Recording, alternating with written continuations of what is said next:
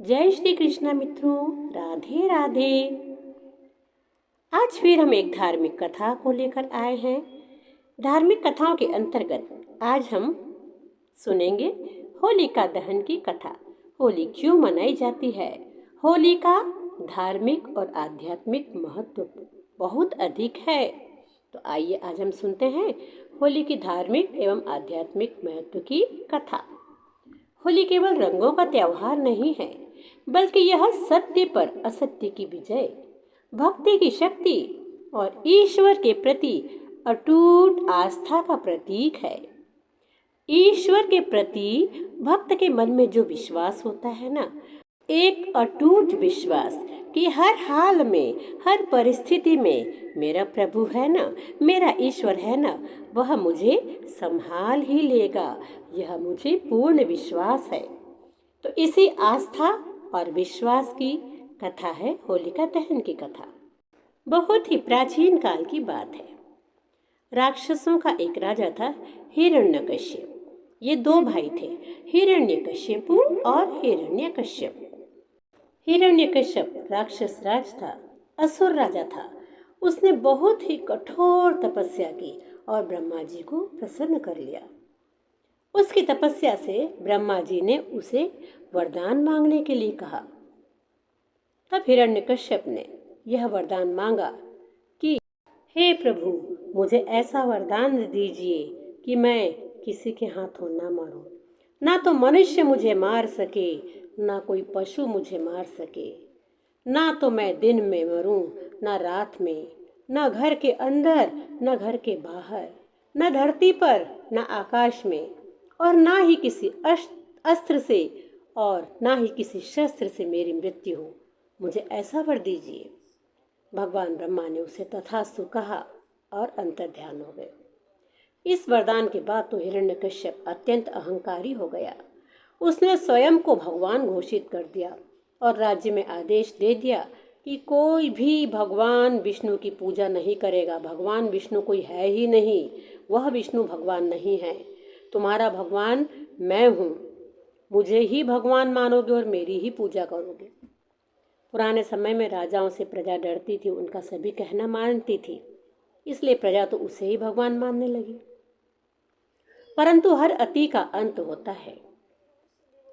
कुछ समय बाद हिरण्यकश्यप के घर में ही एक पुत्र का जन्म हुआ।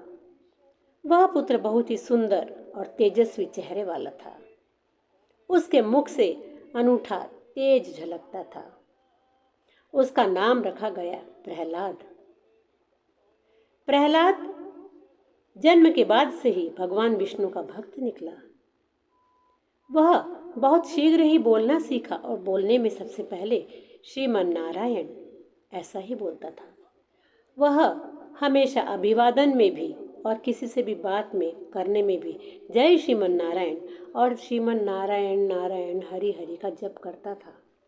यह बात उसकी माँ अपने पति से छुपाना चाहती थी। वह सोचती थी कि अगर इसके पिता को यह बात मालूम पड़ गई तो वे इसे जीवित ना छोड़ेंगे, और वही हुआ। जब यह बात हिरण्यकश्यप को पता चली तो उसका क्रोध चरम सीमा पर पहुंच गया। उसने प्रहलाद को बहुत समझाने की कोशिश की, हजारों बार समझाया कि पुत्र, मैं ही तुम्हारा भगवान हूँ, विष्णु तुम्हारा भगवान नहीं है, तुम मेरी पूजा करो, उस नारायण का नाम मत लेना। किंतु प्रहलाद था कि मुस्कुराकर हमेशा जय श्रीमन नारायण, श्रीमन नारायण नारायण हरि हरि ऐसा ही कहता था। अब हिरण्यकश्यप ने प्रहलाद को तरह तरह से यातनाएं देना शुरू किया। उसे ऊंचे पहाड़ से गिरवाया गया, विषैले सर्पों के बीच में डाल दिया गया, हाथियों से कुचलवाने का भी प्रयास किया गया, भूखा प्यासा रखा गया कई कई दिन तक। लेकिन हर बार भगवान विष्णु की कृपा से प्रहलाद सुरक्षित रहता। हमेशा कितनी भी कठिन यातना के बावजूद भी प्रहलाद बच जाता, सुरक्षित रहता, मुस्कुराता रहता और कहता जय श्रीमन नारायण। हर बार भगवान विष्णु उसकी रक्षा करते। यह देखकर हिरण्यकश्यप का क्रोध और बढ़ गया, चरम पर पहुंच गया। अब उसके पास अंतिम रास्ता ही बचा था।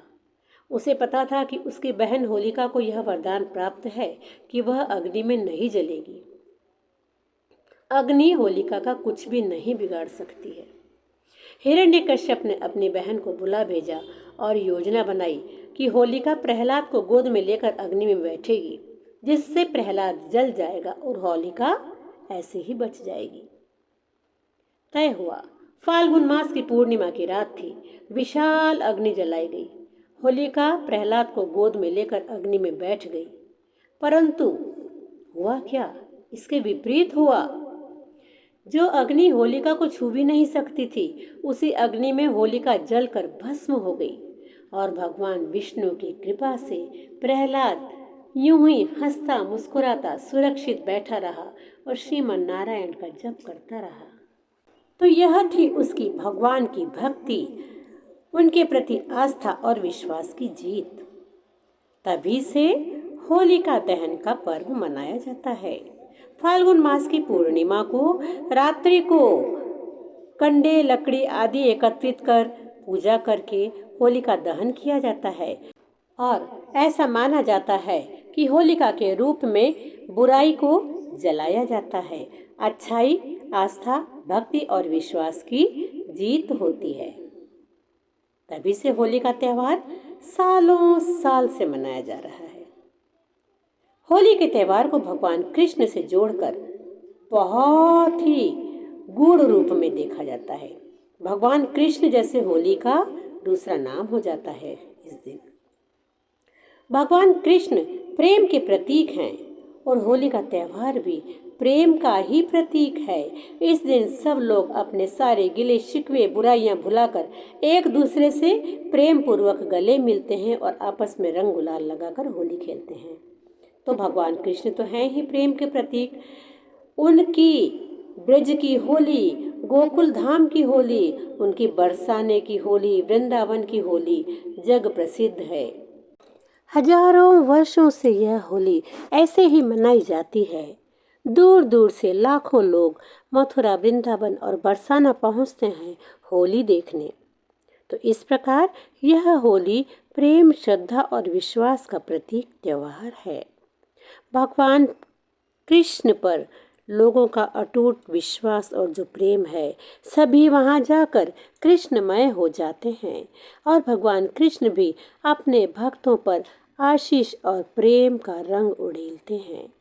तो इस प्रकार यह होली रंगों का त्योहार बन जाती है और प्रेम का प्रतीक है होली का त्योहार।